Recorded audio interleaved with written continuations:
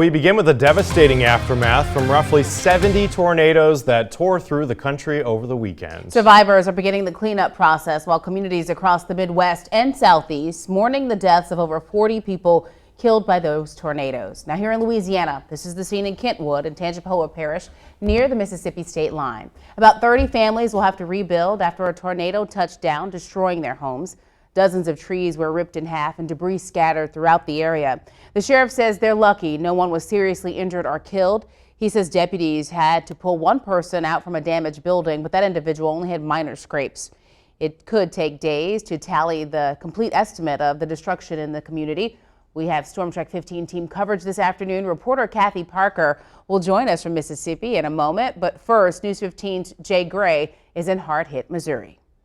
Well, in what's been a string of severe weather, violent weather across at least 6 states for the last 3 days, Missouri has gotten some of the worst of it. You can see what tornadoes did to this tiny community, Villa Ridge, just outside of St. Louis, tearing down trees and power lines, ripping apart homes and scattering people's belongings just for miles here. This is an area that has been devastated by the tornadoes.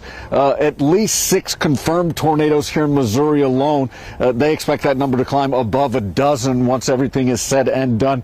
And they've lost at least 12 people here. 12 victims of the storm have died as a result of this. Across the country, again, 6 states dealing with severe weather. As many as 40 people killed in those storms.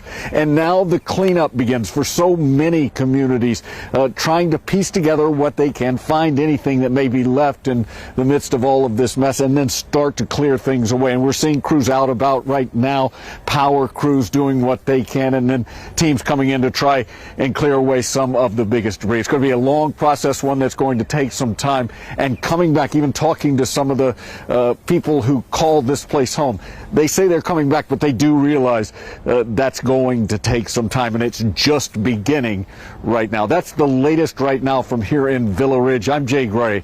Now back to you.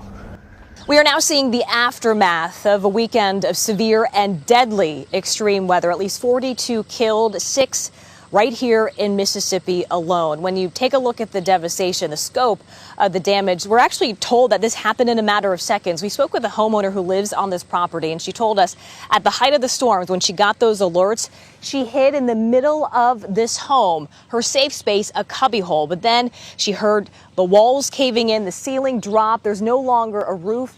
Her belongings scattered everywhere. And just to give you a sense of how destructive and damaging these winds were, if you take a look over my shoulder, you can see the metal twisted in the limbs of this tree. Incredibly, the homeowner made it out alive without a scratch. And we're hearing stories of survival pretty much all across the South and the Midwest. There was an outbreak of tornadoes across 7 states, including Missouri, 12 dead in that state. Entire communities flattened, uprooted trees. Also in Alabama, we saw a bus actually pulled onto a high school. That's how destructive these winds were. And of course, we're still monitoring wildfire dangers in Texas as well as Oklahoma. But back here in Mississippi, a bit of good news. The 3 reported missing over the weekend, they've all been found alive.